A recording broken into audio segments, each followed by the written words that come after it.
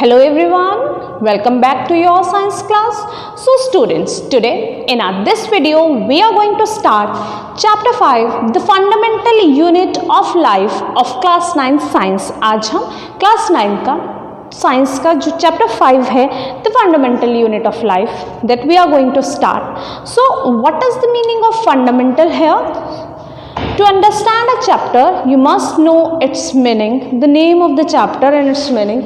तो यहाँ पे जो fundamental है, that means the base.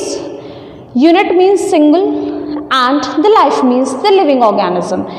It is a single thing which forms the base of a living organism. हम क्या पढ़ेंगे आज कि जो living things हैं, plants and animals, उनका जो basis है formation का, जिसके बिना उनकी life या उनकी जो formation है, organization है, that is not possible. So what's that? I hope the things are clear to you. आपको पता चल गया होगा हम किसके बारे में बात कर रहे हैं. We are talking about cell. Yes, cell. For example, you are sitting in a room. आप एक रूम में बैठे हैं. You must be seeing the walls all around you. आपके चारों तरफ उस रूम में walls होंगी. ये जो wall हैं, दीवारें हैं, they all are made up with the help of the bricks. इनको बनाने के लिए bricks की help ली गई है. There are many bricks which are involved in the formation of a wall, in the construction of a wall. अगर आपको एक छोटी वॉल बनानी है, then you need less number of bricks. If you want to make more lengthier wall, then you need more number of bricks. तो वो एक unit हो गई कि आप इतना यूनिट्स या जितनी चीज़ें उसकी जितना उसकी लेंथ बढ़ाना चाहें उतना ही वो ब्रिक्स आप यूज़ कर लेंगे. जैसा कि एक ब्रिक एक वॉल को बनाने में रोल प्ले करती है, similarly the cell plays the role in making the body of a living organism. Cell ही एक लिविंग ऑर्गेनिज्म की बॉडी को बनाता है. So we will talk about the cell today. Now who discovered cell? Cell को discovered किसने किया उसकी बात करेंगे. Before that you must know कि सेल जो होता है उसको हम क्या कहते हैं. सेल को हम फंडामेंटल यूनिट बोल रहे हैं. We are seeing that cell is the smallest unit also. इसको smallest unit भी कहा जा रहा है. And it is also known as the functional unit of life. और इसको हम functional unit भी कह देते हैं.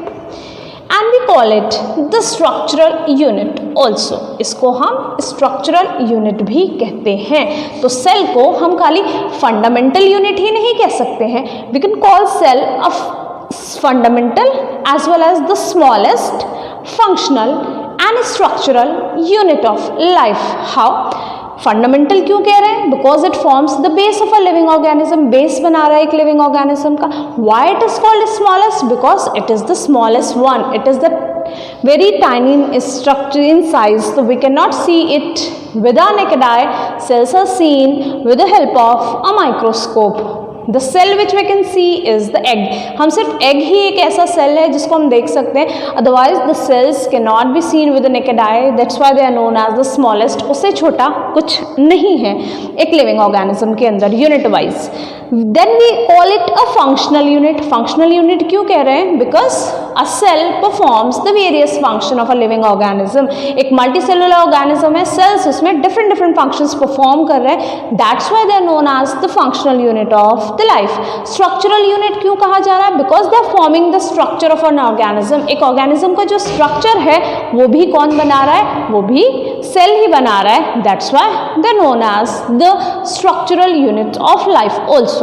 Now the discovery of cell. Cell की discovery कैसे हुई? तो cell was discovered by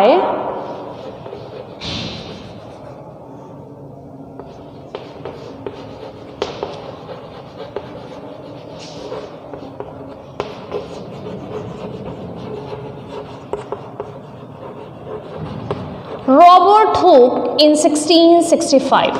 Cell was discovered by Robert Hooke in 1665. Then how Robert Hooke discovered cell? So Robert Hooke took a cork slice. उसने एक bark of the tree वहाँ से cork slice ली. He observe that in his own design microscope और self design microscope, उसने अपना खुद का माइक्रोस्कोप बनाया, उसमें उस कॉर्क सेल को ऑब्जर्व किया. Then he saw that some honeycomb like structures are found there.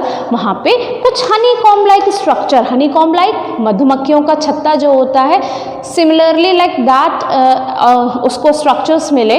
He name them cellula, उसने उसको नाम दिया cellula. And cellula later on termed as cell, क्योंकि सेलुला का मतलब होता है स्मॉल रूम्स और कंपार्टमेंट्स. क्या करा उसने? We will summarise it in a sequence. Robert Hooke ने क्या किया था? सबसे पहले he took a cork slice, उसने कॉर्क स्लाइस ली. He observed it in his self-designed microscope. Self-designed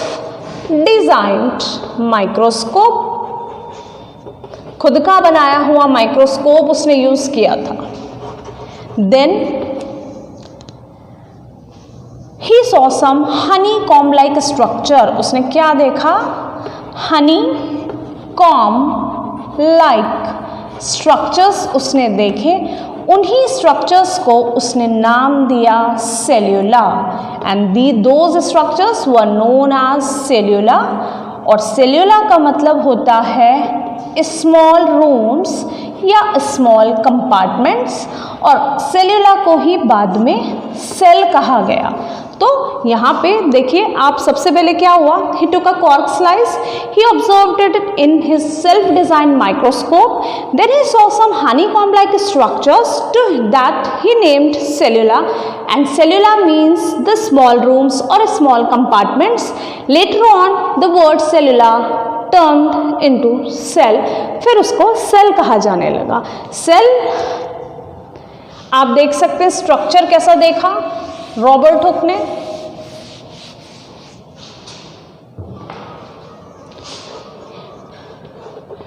Honey comb like structure, hexagonal shape के ये स्ट्रक्चर्स उसने देखे, और बिल्कुल हनी कॉम्ब लाइक स्ट्रक्चर यहाँ पर शो हो रहा था.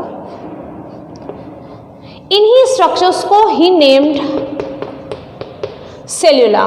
ये जो हनी कॉम्ब लाइक स्ट्रक्चर्स आपको दिख रहे हैं, इन्हीं को ही उसने क्या नाम दिया? Cellula. Honeycomb like structures were known as cellula at that time. इन्हीं स्ट्रक्चर्स को कहा गया सेल्यूला, और सेल्यूला को ही बाद में सेल कहा गया. बिकॉज सेल्यूला ही क्यों कहा उसने?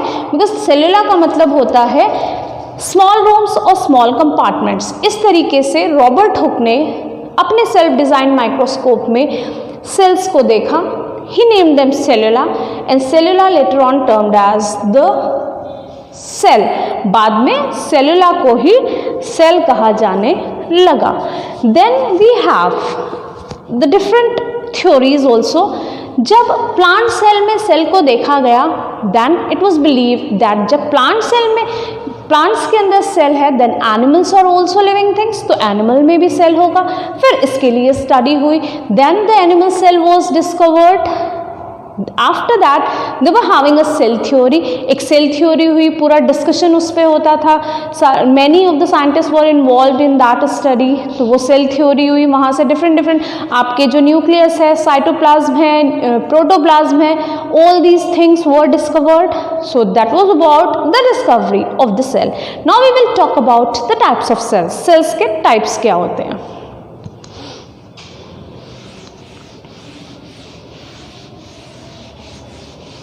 Sales are of two types. Cells जो होते हैं वो दो टाइप के होते हैं. The one is prokaryotic cell and the other is eukaryotic cell. एक सेल होता है प्रोकैरियोटिक और एक सेल होता है eukaryotic. So cells are divided into two parts. One is prokaryotic cell and other is the eukaryotic cell. What is the meaning of prokaryotic cell? Prokaryotic cells are the cells which do not have a true nucleus. जिनका true nucleus नहीं होता है, means उनके अंदर nucleic material तो होता है but they are not having the true nucleus, so they are known as the prokaryotic cells. Bacterial cell is the example of the prokaryotic cell. What about eukaryotic cells? इसके just opposite होगा. Eukaryotic cells are the cells which have a true nucleus, जिनमें एक true nucleus present होता है, distinguishable nucleus होता है. These are known as the eukaryotic cell. और animal and plant cell are the examples of the eukaryotic cell. तो prokaryotic क्या हो जाएगा? इट डजंट हैव, और the prokaryotic cells do not have a true nucleus. इनमें true nucleus नहीं होता है. And what about the eukaryotic cells? They have true nucleus. इनके पास true nucleus होता है. और है क्या nucleus? Nucleus is the centrally located part of the cell which is known as the control room of the cell. जो सारी activities control करता है एक cell की, that is nucleus. तो जहाँ पर nucleus को आप distinguish नहीं कर सकते, ऐसे cell को हम prokaryotic cells बोलेंगे. And the cells where the nucleus is easily distinguishable are known as the eukaryotic cells. So that is about the types of cell. After that, they are also having some other properties and other characteristics, like the prokaryotic cells are smaller in size. Prokaryotic cells eukaryotic cells के comparison में smaller size के होते हैं, whereas the eukaryotic cells are larger than that. ये छोटे size के होते हैं और ये बड़े size के होते हैं. Prokaryotic cells do not have the membrane bound structures called organelles. इसमें membrane bound organelles absent होती हैं, and here the membrane bound organelles are present. They have a single chromosome and they have more than one chromosome. Chromosome यहाँ पर single होता है और यहाँ more than one chromosome. So that is about the prokaryotic and the eukaryotic cells. Now we will talk about the components or the parts of a cell. Cell के जो parts होते हैं उनकी study करते हैं.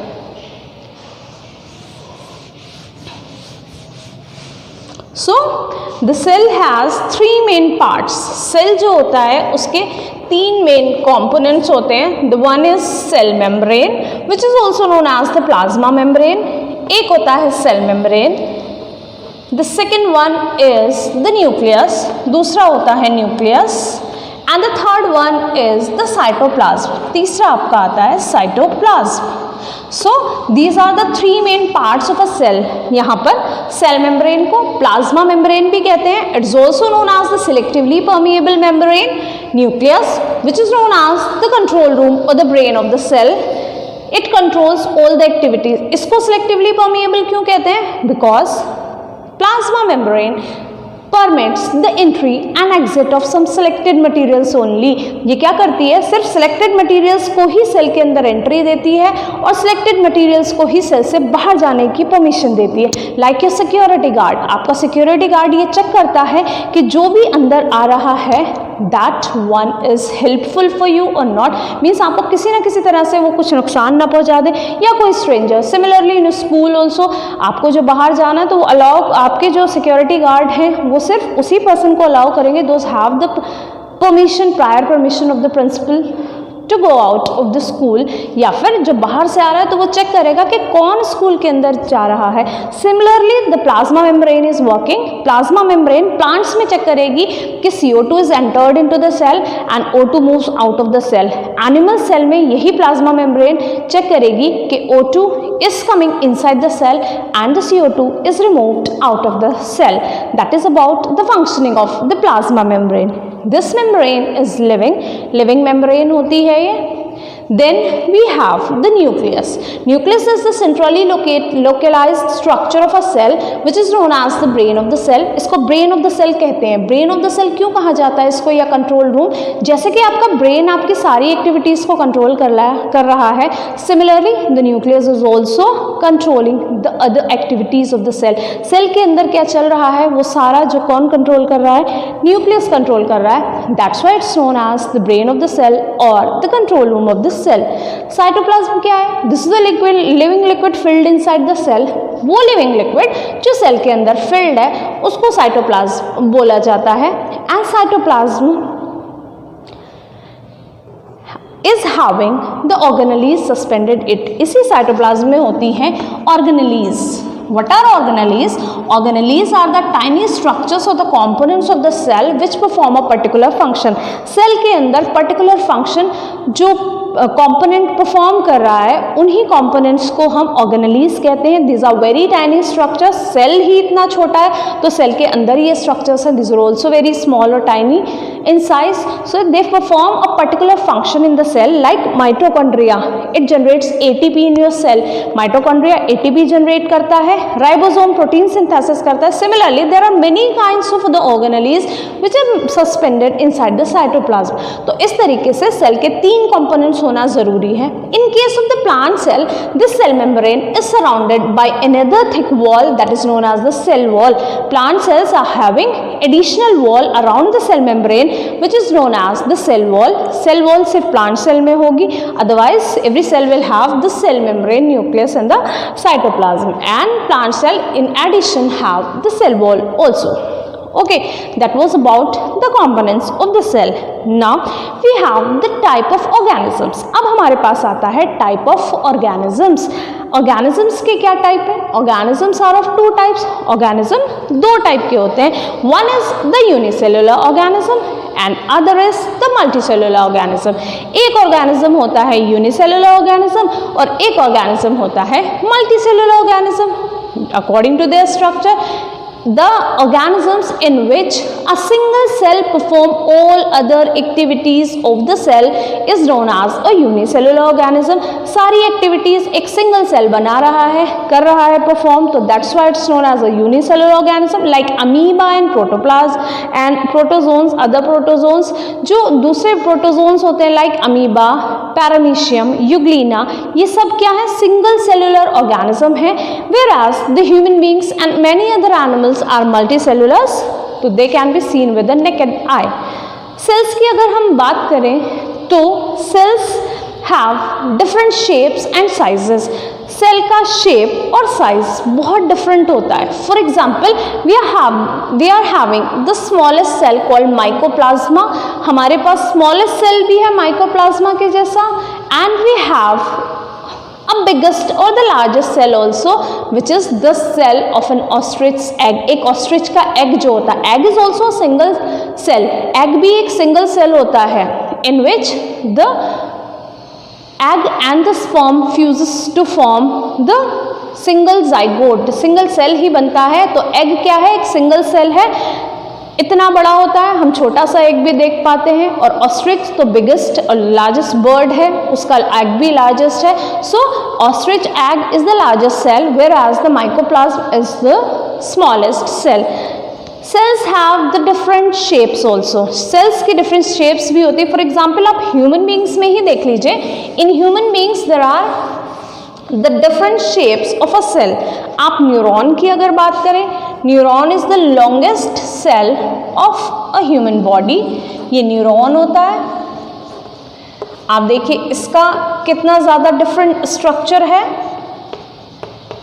This is the nerve cell और neuron.